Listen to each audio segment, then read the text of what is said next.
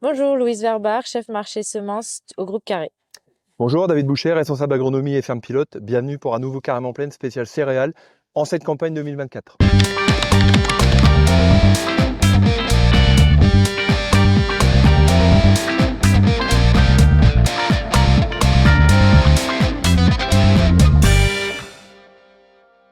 Alors, avant de parler des variétés, Louise le fera juste après. On va faire un petit point sur la campagne 2024 en céréales d'hiver. On est clairement sur une des campagnes où on a les plus fortes pressions maladies. Ça fait longtemps qu'on n'a pas vu ça. Et d'ailleurs, tout de suite, j'entends beaucoup dire dans la campagne, c'est comme 2016. Ce n'est absolument pas 2016. On va remettre un peu l'église au milieu du village. En 2016, qu'est-ce qui s'est passé? On a pris énormément d'eau autour de la floraison des blés qui avait tous lieu sur la dernière semaine de mai. Et à partir de là, on avait une grosse pression fusarieuse, c'est sûr, mais aussi beaucoup de couleurs d'étamines. Là, ce n'est pas du tout le cas. On a certes des conditions qui ne sont pas phénoménales. On ne part pas vers une moisson record, n'empêche que les potentiels sont encore là autour de nous. On a un remplissage qui va se faire tout doucement avec un temps plutôt mitigé comme on le voit aujourd'hui. Vous voyez, des visites d'essai au mois de juin en parka et cuissard, c'est quand même assez peu conventionnel. Donc globalement, aujourd'hui, on n'est pas en 2016. Je le dis souvent et je le redirai encore, à aujourd'hui. Les enseignements de la campagne aujourd'hui, je le disais, c'est qu'on est sur une très forte pression maladie, notamment septoriose. On aura sans doute de la fusariose pour les premiers blés qui ont fleuri sous la flotte. Et puis, on aura aussi de la rouille brune, rouille jaune qui végète souvent en parcelle. La principale maladie quand même qu'on observe en parcelle, c'est la septoriose. On vous en parlait déjà il y a longtemps, en tout début de printemps, dans les carèmes en plaine, dans les messages techniques. Au niveau des blés, alors, plusieurs maladies, la septo. Il y a du fond de cuve, comme on a l'habitude de dire, en parcelle partout, comme tous les ans, tout à fait normal. Par contre, il y a un paramètre à prendre en compte. La septoriose adore des plages de développement de 12 à 25 degrés, et puis de la pluie forcément pour progresser par effet splash. D'habitude, sur les débuts montaison, on a des temps très froids.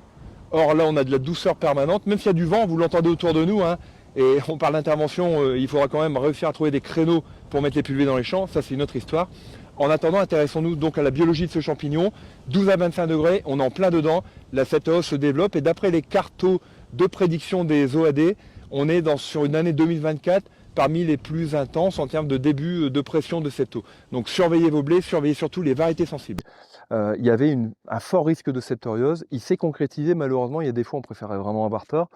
Et puis aujourd'hui on arrive dans la majeure partie des situations à un T3 qui a été appliqué il y a 8 jours, il y a parfois 15 jours, et puis il nous reste quand même 3 semaines, 1 mois de photosynthèse. Je ne parle pas de maturité, mais rien que de photosynthèse. Donc il faut tenir nos plantes, le calcul est très simple, on n'ira pas au bout avec un T3. Donc ça peut être vraiment utile de faire une petite rallonge, un petit relais. D'ailleurs, Arvalis en parlait il n'y a pas très longtemps dans leurs infos techniques. On vous en parlait nous il y a 2-3 semaines. Donc ce T4, ce T3 bis, appelons-le comme on veut, il doit se faire en fonction de la variété, en fonction de l'état de la parcelle et surtout en fonction des molécules déjà utilisées. Si vous avez déjà mis du prothioconazole au T3, évitez d'en remettre au T4. On est quand même dans la gestion à long terme en bon père de famille des résistances. Donc il y a plein de solutions, il reste du metconazole, du bromuconazole. Faites-vous aider par votre technico. Il y a forcément moyen de trouver quelque chose qui soit utile, efficace et qui ne mette pas en péril à la fois votre récolte de l'année, mais aussi la gestion des résistances à long terme. Donc dernier point, il y a pas mal d'agriculteurs autour de moi. Là aujourd'hui, on est en visite d'essai sur Guigny. C'est important, allez voir les variétés dans leur jus. Pourquoi? Il y a beaucoup de variétés cette année. Forcément, elles sont dans un contexte très compliqué en septoriose. N'empêche qu'on se rend compte qu'elles ont été un peu surévaluées sur les maladies. Et il est important d'aller les voir au champ, dans vos terroirs, pour voir de quoi ça revient vraiment. Donc forcément, il y en a qui vont décevoir, il y en a qui sont des bonnes surprises. Vous verrez qu'il y en a qui tiennent bien les maladies. Louise va vous les présenter. C'est important aussi dans le choix variétal de ne pas regarder que des notes sur du papier. Il faut vraiment aller voir les variétés dans chacun des terroirs qui forment notre région.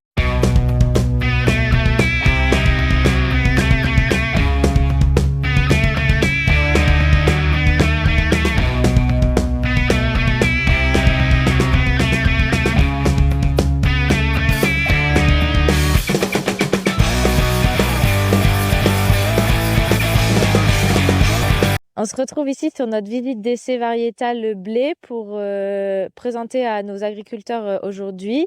C'est une plateforme qui a été semée le 17 octobre avec un précédent maïs. L'année 2024 est le contexte idéal cette année pour tester l'ensemble de nos variétés sur toutes les maladies. C'est l'occasion pour nous de vous présenter les 5 variétés qui ont retenu notre attention cette année. Ici, on est devant la variété Thermidor qui est une variété de 3e créneau de semis à partir du 20 octobre jusqu'au 30 novembre. C'est une variété qui comporte porte les 3 gènes d'intérêt, donc Cécidomyie, PCH1 et Mosaïque. Cette variété est sortie l'année dernière à 110% des témoins, donc elle a un gros potentiel. Et ce qu'on remarque aussi, surtout cette année, c'est sa très bonne tenue en maladie. On est ici devant une variété de 2017 que vous connaissez tous, donc le Chevignon, qui est une variété toujours présente depuis quelques années avec un très beau potentiel de rendement, une bonne tenue en maladie, qui nous le prouve encore cette année avec une année un peu compliquée en maladie. Pour rappel, c'est un blé qui se sème à partir du 10 octobre. Ici, on est devant donc la variété Suinta, qui est une de nos variétés de notre gamme hybride. C'est une variété qui se sème à partir du 10 octobre. Elle porte très bien son nom au vu de sa bonne tenue en maladie pour cette année. C'est une variété avec un gros potentiel et qui est polyvalente et qui pourra se mettre en tout type de situation. Ici, une de nos nouvelles variétés, la LG Aero, qui est une variété de premier créneau de semis à partir du 25 septembre. C'est une variété avec une très belle fertilité d'épis, une très bonne tenue aux maladies. C'est une variété qui va être adaptée pour une situation en blé sur blé. KVS Eruptum, ici c'est une variété qu'on a à notre gamme déjà depuis 2 ans, qui nous avait montré un très bel état sanitaire l'année dernière et qui le reconfirme encore une fois cette année. Également un très bon potentiel de rendement. C'est un blé qu'on va semer en premier créneau de semis à partir du 25 septembre. C'est une variété qui va être adaptée pour tout type de situation. Merci Louise pour cette belle plateforme et puis ces enseignements précieux en 2024. Merci à toi David et à bientôt pour un nouveau Carême en Plaine.